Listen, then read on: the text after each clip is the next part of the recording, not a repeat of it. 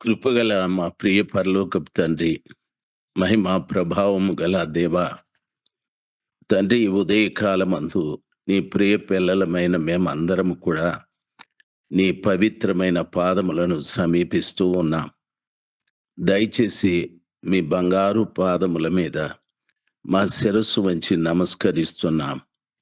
ద్వితీయోపదేశ కాండము 6:8 చెప్పినట్లుగా ప్రభా తండ్రి, దయచేసి మేము మా పిల్లలకు మేము అభ్యసింప చేయునట్లుగా దయచేసి మీరు కృప చూపెట్టండి. మా బిడ్డల్ని పెద్ద పెద్ద చదువులు చదివించుకుంటున్నాం. వారు డాక్టర్లు, ఇంజనీర్లు, ప్రొఫెసర్లు, అమెరికా వెళ్తున్నారు, ఆస్ట్రేలియా వెళ్తున్నారు, కెనడా వెళ్తున్నారని చెప్పుకుంటున్నాం. పరలోకానికి వెళ్ళాలి కాబట్టి మా బిడ్డలకు ఆధ్యాత్మికమైనటువంటి చింతనలు కలిగి ఉండేటట్లు అందులో వారిని పెంచుటకు ప్రతి తల్లిదండ్రికి కృపను దయచేయమని ప్రార్థిస్తున్నాను. మీరు మంచి దేవుడు స్వామి. మీ మంచితనమును వివరించడం చాలా కష్టతరమైన కార్యం. మంచి దేవుడు, దయచేసి మీ మంచితనాన్ని మా అందరి పట్ల జరిగించుమని యేసు ప్రభు నామంలో ప్రార్థిస్తున్నాను తండ్రి. Amen, amen. జూన్ మాసం 10వ తారీఖు 2026 బుధవారం. ప్రియులరా, నిన్నటి దినాన చెప్పిన మాటలే ముద్ర. దేవుడు తన ప్రజలను దేవుని వాక్యము చేత ముద్రించుకోవాలని చెప్పాడు. ద్వితీయోపదేశ కాండం 6వ అధ్యాయం 7వ వచనంలో 6 నుండి, నేడు నేను మీకు ఆజ్ఞాపించు ఈ మాటలు నీ హృదయంలో ఉంచవలెను. నీవు నీ కుమారులకు వాటిని అభ్యసింపచేసి నీ ఇంట కూర్చున్నప్పుడును, త్రోవను నడుచున్నప్పుడును, పండుకున్నప్పుడును, లేచునప్పుడును వాటిని గూర్చి మాట్లాడాలి. సూచనగా వాటిని నీ చేతికి కట్టుకోవాలి. అవి నీ కన్నుల నడుమ బాసింగం వలె ఉండాలి. నీ ఇంటి ద్వారబంధముల మీదను, గౌనల మీదను వాటిని రాయాలి. దేవుడు చెప్పినటువంటి మాట.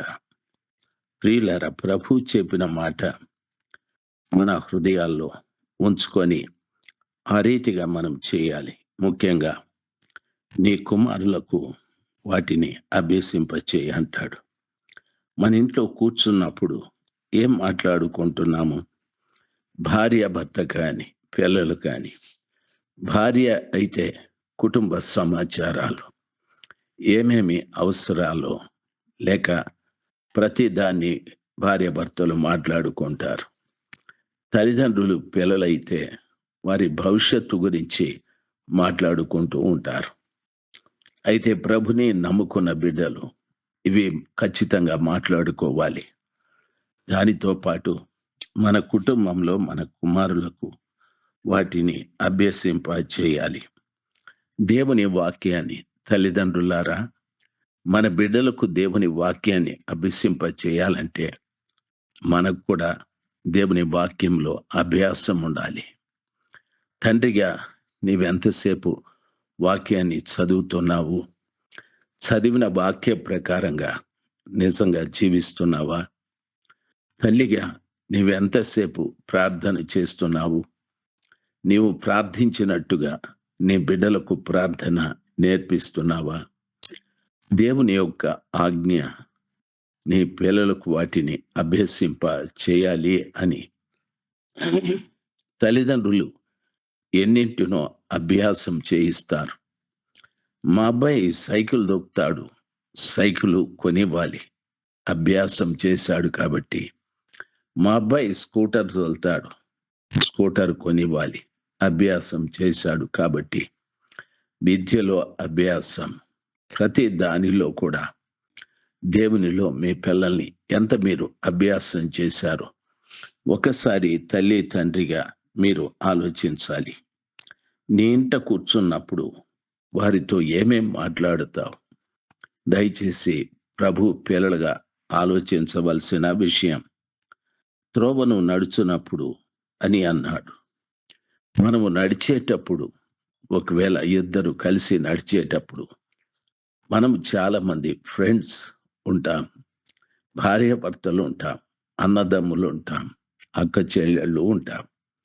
మీరు త్రోవలో నడిచేటప్పుడు ఏం మాట్లాడుకుంటున్నారు? స్నేహితులుగా ఏం మాట్లాడుతున్నారు? వారిని గూర్చి వీరిని గూర్చి చెడు మాటలా? ఆ రీతిగా మాట్లాడడం వలన నిజంగా మన జీవితాలు పాడైపోతాయి. మన పరిస్థితులు చెడిపోతాయి. మనం త్రోవలో నడిచేటప్పుడు కూడా మహోన్నతుడైన దేవుని జ్ఞాపకం చేసుకోవాలి. యేసయ్య పునరుత్థానుడై లేచాడు. ఆయన ఎమ్మాయి గ్రామమునకు వెళ్ళి ఇద్దరితో కలిసి నడిచారు. వారిద్దరితో ఆయన మాట్లాడుతూ వెళ్ళాడు. ఎమ్మాయి ఆమడు దూరం ఉంది యెరూషలేముకి. అంత దూరం నడుచుకుంటూ వెళ్ళాడు. వెళ్ళిన ప్రభుల వారు వారితో మాట్లాడుతూ మృదువింకాది. వారు అంటున్నారు, ఈయన ఒక బాటసారి అని తమ ఇంట్లో ఆతిథ్యం ఇచ్చారు.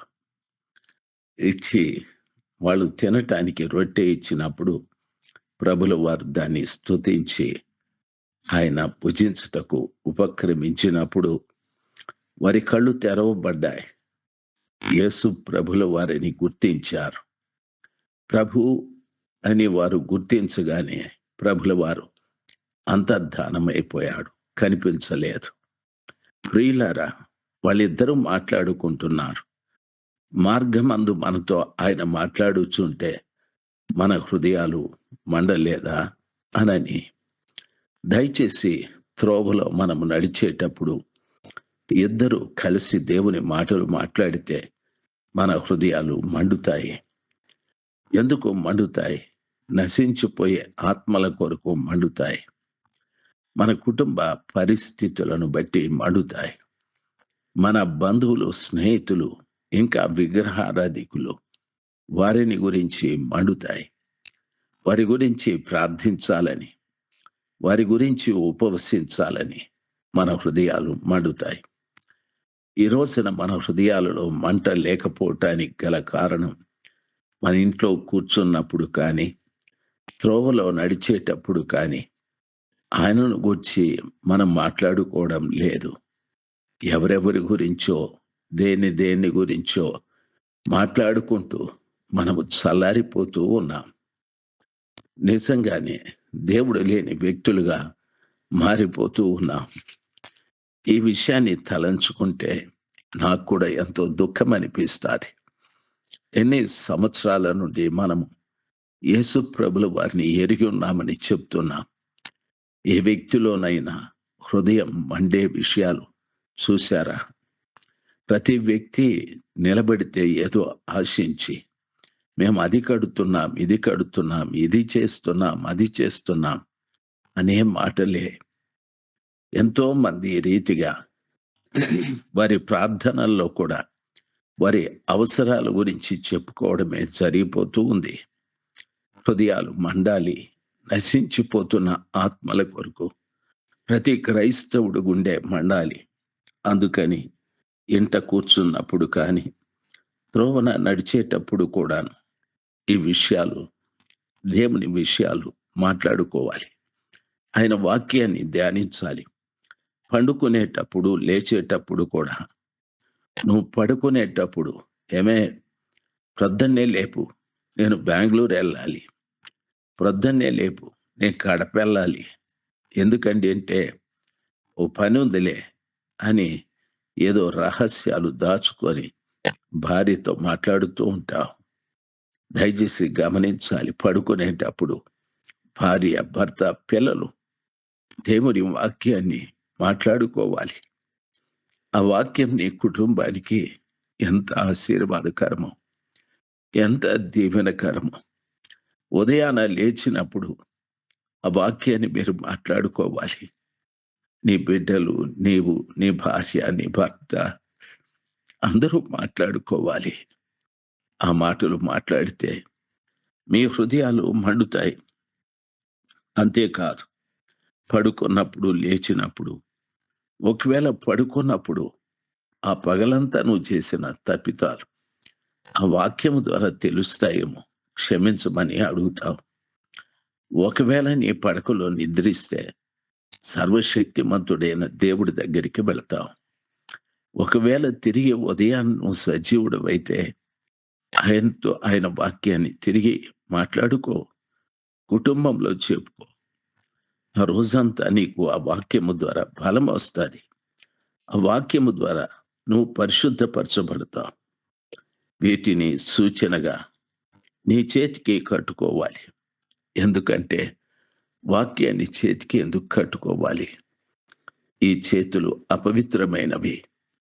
ఈ చేతులతో ఏ అపవిత్రమైన కార్యము జరగకుండా నీ చేతికి వాక్యాన్ని కట్టుకోవాలి.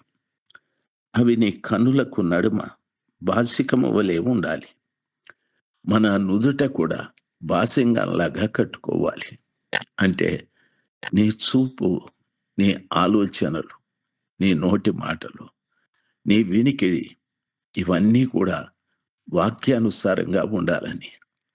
నుదుట కట్టబడిన వాక్యం నీ చూపును సరిచేస్తది.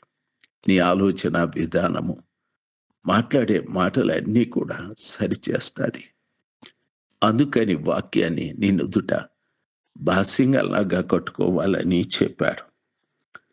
ఆ తరువాత నీ ఇంటి ద్వారబంధం మీదను, గౌనుల మీదను వాటిని రాయాలి అని చెప్పాడు. మన ఇంటి ద్వారబంధం మీద ఆయన వాక్యాన్ని రాసుకోవాలి. నువ్వు లోపలికి వెళ్ళేటప్పుడు ఆ వాక్యాన్ని చదువుకొని వెళ్ళాలి. నువ్వు లోపల నుండి బయటకు వచ్చేటప్పుడు ఆ వాక్యాన్ని చదువుకొని బయటికి రావాలి. మీ పట్టణపు గుమ్మముల మీద, నీ ఇంటి గుమ్మం మీద, ముఖద్వారం మీద ఆ వాటలు రాయాలి. ఈ రీతిగా ప్రతి బిడ్డ కూడా ఆయన వాక్యం అనే ముద్రను కలిగి మనం జీవించటానికి సిద్ధపడాలి. దేవుని కృప మీకు తోడుగా ఉండును గాక. ఆమేన్. ఆమేన్.